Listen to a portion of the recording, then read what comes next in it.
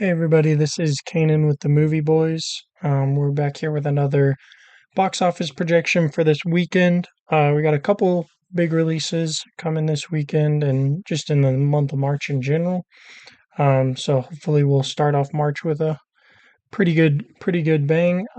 So what I wanted to start with first was just the box office performance in general. In case you're curious about kind of the state of theaters. These are the last 10 years, technically 11, but that you can see. Obviously, this area is prime Marvel movies and not as much streaming stuff like that. And then obviously you still had a big 2020, but then COVID hits, and it just kind of rocks the theaters in general. And then it kind of slowly came back, and now we're in this sort of range that I think we can probably expect. So you see, we got up to a billion for February just in the 1 year in 2018, but in general, it was less than a billion. And then it dropped from COVID and then gradually came back. I'm guessing this is around the area that we can expect for it the next coming years. And then hopefully, obviously, ticking up. Obviously, substantial ticking up would be nice, but as long as it's just gradually going up, that'd be good as well. So, this is just kind of a look at the box office. You can see that from here to here, we have 1.1 billion at the domestic box office, a little more, but over the months of January and February. And that's the first time we've had that in quite some time. So last year we were at 1 billion 200 million, I believe is what that is, 250 million. And so sorry, 1 billion and 25 million. And then here we were just in that 800 to 900 million range, and then this one was close. 2023 was close. Avatar Way of Water helped with this, I believe. But either way, we haven't had 1.1 billion since 2020. So, and before that, well, obviously it was 1.1 or more every year, but 1.1 is for the first time in quite some time. So, this is just kind of a overlook of the domestic box office in general. Over here, this is just what we projected each weekend for the total domestic box office versus how it actually performed. So you could see we did about 200, 265, and 355 total, and obviously that outpaced that by a pretty good amount with 180, 300, and 360. So we got beat by about 10, 11, 12 million dollars, which is a good thing. Definitely want to undershoot it rather than overshoot it. So anyways, we can get into this weekend's releases, and then we'll try some different techniques for Project Hail Mary. I probably won't use them next week for reminders of him, but for Project Hail Mary, we'll try and use some techniques that studios use in places like Variety and Box Office Theory. The other people that do projections, we'll try and see what they use and see if we can come up with our own numbers.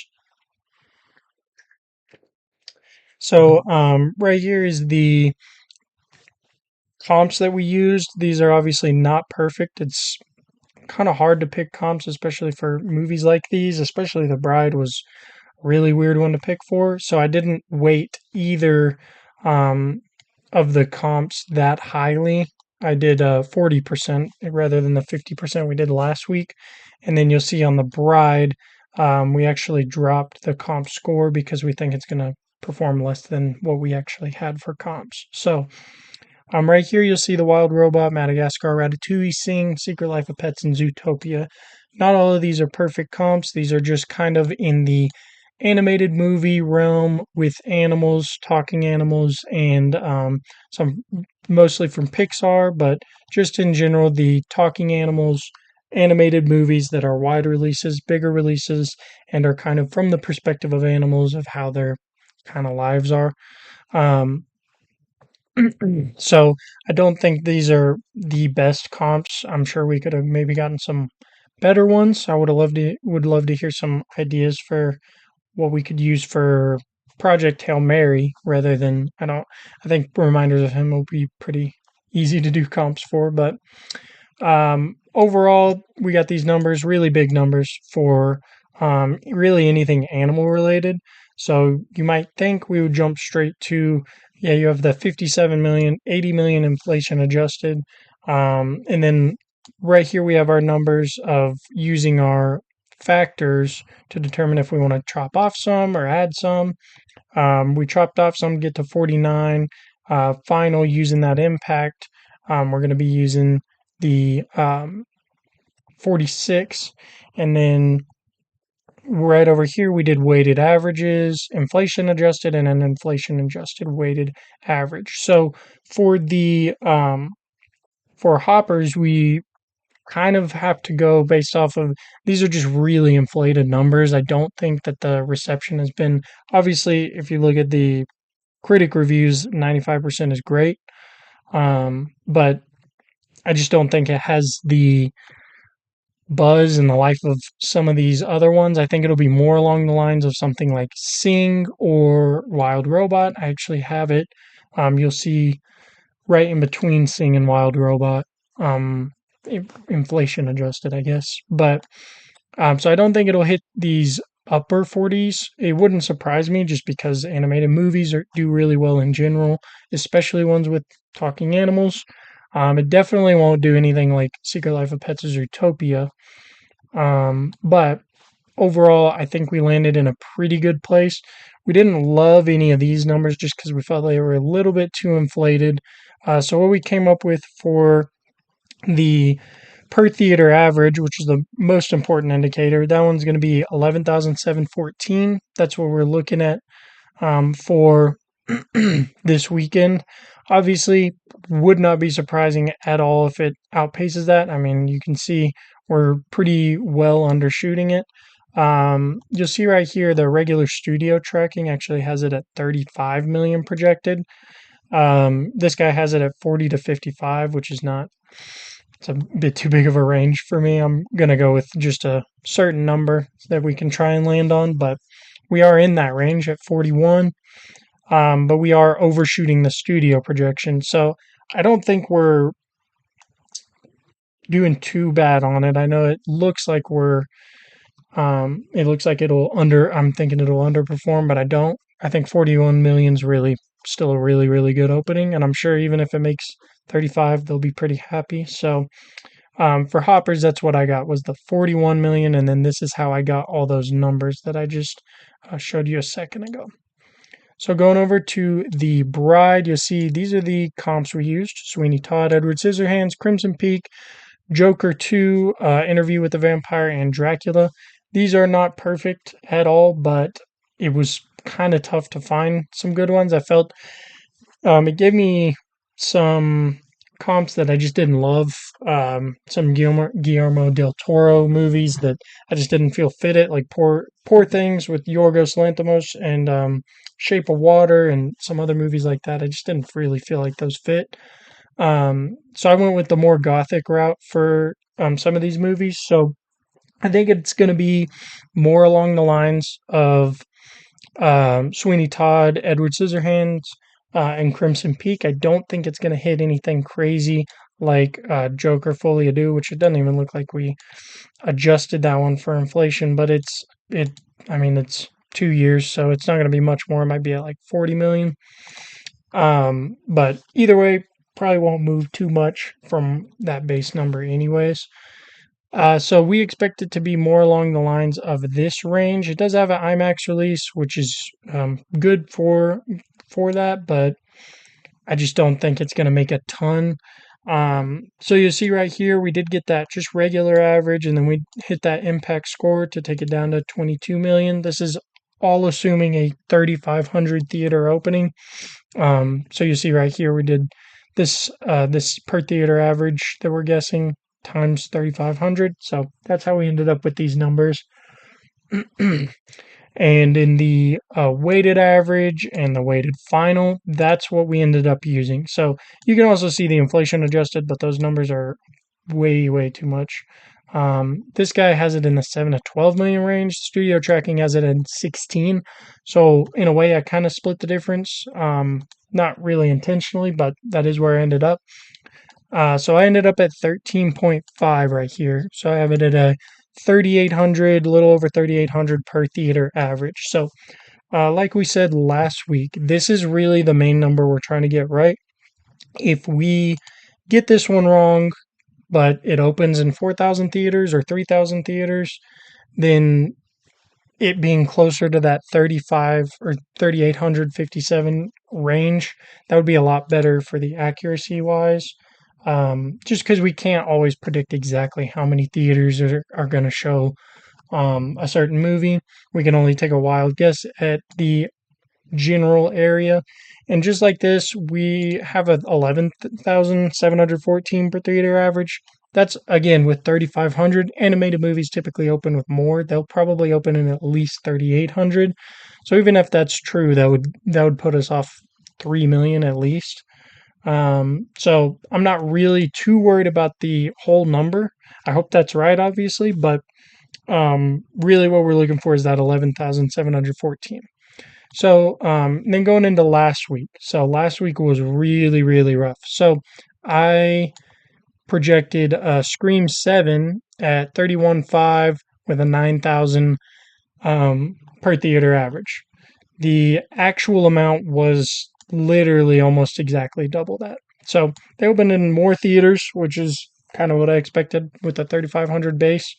But yeah, almost exactly double what I had projected. I did not really see this movie getting talked about, and the critic reviews were horrible, which I expected. But and the audience score isn't even that amazing. But whatever. I mean, clearly I'm out of touch with the Scream movies, so definitely will be weary of that next Scream movie that'll come out, which I'm sure will be soon, given how much money this one's making. And then we did project GOAT at 9 million, 46% drop, which were really, either way, we're happy we undershot, if anything, but just really, really bad projection. GOAT, we undershot a pretty good amount too. I originally had it at 10 million and then I dropped it to 9 because I was trying to be a little bit more conservative, but it outperformed pretty well. Wuthering Heights also outperformed. We did not take into account the 21 Pilots doc. And then Elvis Presley underperformed for what I had projected. And then I can only imagine too, obviously, underperformed again compared to what I had at least. I think other people probably had it pretty close to what it actually ended up being. So I think in general it was a good weekend for the box office, just numbers wise. It was just a terrible weekend projection wise for us. So moving on to our last piece, which is just our box office projection for this weekend. So um, we have Hoppers at 41, Scream 7. We have why do we have it at such a high drop? That's 63.85%. If you look at Scream 2, 3, 4, 5, and 6, every single one of them has a higher than 53% drop. Only two of them, being 2 and 3, have a less than 60% drop. Theirs are in the 50s. So everything since 4, 5, and 6 have been really big drops, like 60 minimum to 67. So we went with 63.85. I think the ratings aren't really helping it. I've heard it's really nostalgia bait for some people who are Scream fans, so I don't think that really serves well for re-watching and going to the theaters, paying money again. So in general, I think it'll underperform. Some people have it at less than even that.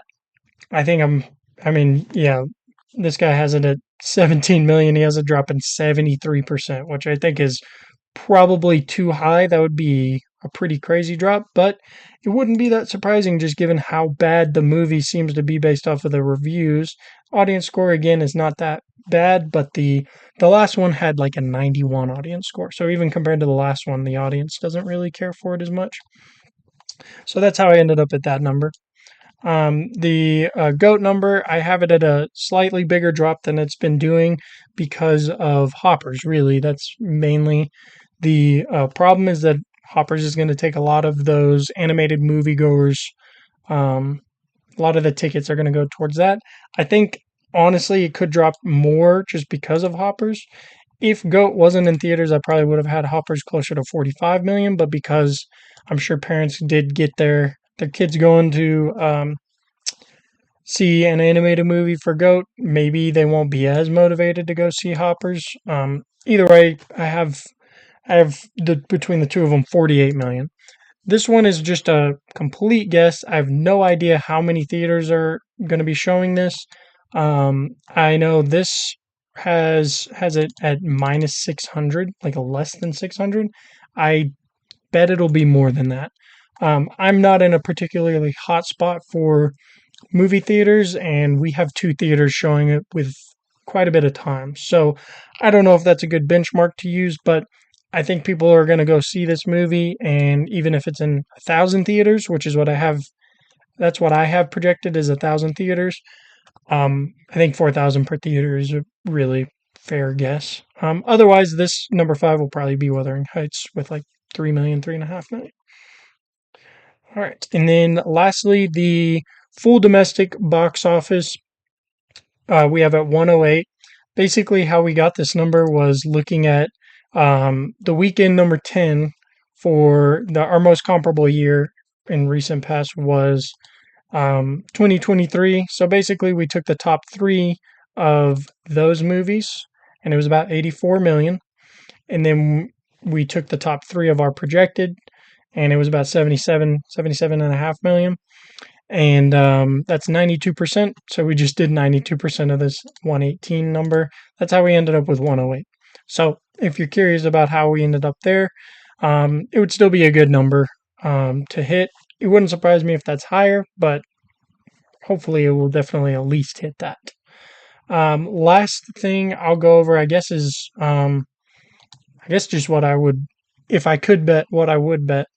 So Hoppers being over 31 million, obviously that is almost certainly a lock. There's really no point in even going into that because it just doesn't make any sense to even bet that because you get maybe $1 return if you bet $100. So going back to the box office, the one I would personally look at, which they have Scream at less than 19 million, I would maybe look into that. But I think The Bride will almost certainly make over 10 million. I know this guy had it at 7 to 12, but I don't see that making less than 10 million in the single digits. I'd be pretty surprised. So if I was putting any money on it, I'd probably do The Bride at saying no to less than 10 million. I know that's technically the favorite is saying no, but that's what I would guess is the over 10 million range for The Bride. If we were able to bet, I'd put $10 on it or something just to see what we could do. But yeah, other than that, I always like to end with saying I'd love to get some recommendations on how we can improve our projections. Like I said, we do have something planned using all of these down here just to get an idea. Um, Actually, I don't know where it's at now, but just to get an idea of what maybe we could use for the next projection, next big projection at least. So I do, like I said, for Project Hail Mary, I am planning to do a couple more of the average what the studios use if I whatever I can use that's publicly available, and then also what people like Variety, people like Box Office Theory, people like that do these projections as well, what they use, and then we can try and kind of mess with it to fit how we think it's going to go. But otherwise, I'd love to hear some opinions, some advice, some recommendations for how we could improve this. Because obviously, we're not getting that much better at it. Because last week we got cooked. So, yeah, I think that's going to be everything.